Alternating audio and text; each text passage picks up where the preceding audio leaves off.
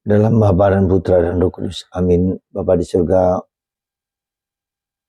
bantu kami untuk melihat surga, merasakan surga dan mengalami surga sebagai yang abadi, yang kekal. Karena hidup kami akan berlalu dengan segala kemuliaan, dengan segala kelemahan dan keterbatasan. Tak ada yang sempurna. Bantu kami ya Bapa untuk merasakan keabadian dalam iman kami. Terpujilah namamu kini dan sepanjang segala masa. Amin. Para saudara, bacaan hari ini menyatakan kepada kita akan pada akhirnya hidup manusia akan berlalu dan berlalu. Tak ada yang abadi, tak ada yang kekal, tak ada yang abadi. Dan kesadaran akan keabadian itu semakin merosot di zaman ini. Orang berpikir pendek, orang merasa bahwa kebahagiaan dia hanya kepada materi, kepada harta, pada uang, kepada kekuasaan. Dan apa saja yang menyenangkan perasaan, nafsu, dan keinginan. Kita lupa akan beyond the world, beyond the world dunia, tapi beyond juga the world kata-kata. Ada sesuatu yang lebih daripada yang kita hayati jalankan sekarang ini. Kemarin saya melihat video seorang super kaya, super raja emas dari Dubai. Emasnya berkelimpahan di gudang dan uangnya ya tak terhitung. Sehingga ia melemparkan uang-uangnya kepada orang-orang di pinggir jalan dan memberikan emas gratis kepada siapapun. Tapi ada satu kalimat yang menarik saya. Di tengah segala kegemilangan, kegalauan, dan kekayaan itu, hatinya tetap kering, kerontang, kosong. Coba Anda bayangkan itu. Jadi kita bisa melihat di sini ada sesuatu yang kita lupa. Kita lupa bahwa hati kita diciptakan hanya untuk Allah. Bukan untuk, bahkan untuk manusia sekalipun tidak. Suami istri pun tidak juga. Yang dekat sekalipun.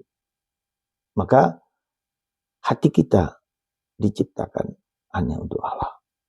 Di mana Allah tinggal, di mana Allah bekerja, dan disitulah Allah berbicara kepada kita.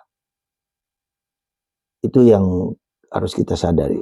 Lalu bagaimana caranya supaya kita bisa menyadari keilahian, kekekalan, keabadian? Ada seorang aktor terkenal namanya Jonathan Rumi. Seorang pemeran Kristus dalam film Chosen. Dan pribadinya sangat rendah hati, sangat pantas layak untuk memerankan Yesus dalam film berseri The Chosen yang pemirsanya ratusan juta, ya. Orang Amerika, entah Katolik, entah Kristen, entah ateis segala macam, mereka dia mendapatkan peran yang luar biasa dan bagus sekali dalam mewartakan Kristus dengan konteks zaman modern ini. Ketika dia bersharing kenapa dia bisa sampai seperti itu, ada sesuatu yang menarik. Dia adalah seorang yang bukan orang kaya, bukan orang hebat, bukan orang siapa-siapa, bahkan menjadi gelandangan, bahkan segala usahanya gagal dan tidak berhasil. Ya. Ketika berada di puncak atau bukan di puncak tapi di titik paling rendah dalam hidupnya, kemudian dia berkata, Tuhan, kuserahkan segalanya kepadamu. Engkaulah hidupku, engkau mengontrol hidupku. Ketika dia surrender, ketika dia menyerahkan diri, pikiran, hati, badan, raganya kepada Tuhan, kemudian Tuhan mengubahnya. Entah bagaimana Tuhan mengembalikan kondisi keuangan dan hidupnya dan menjadi seorang aktor terkenal di Amerika. Disitulah muncul ya kerendahan hatinya yang luar biasa.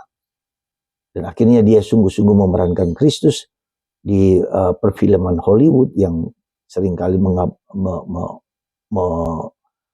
mengabarkan tentang kekerasan, tentang seksualitas yang berlebih-lebihan dan seterusnya. Jadi saudaraku, kata kunci dalam hidup iman kita adalah apa? Menyerahkan diri.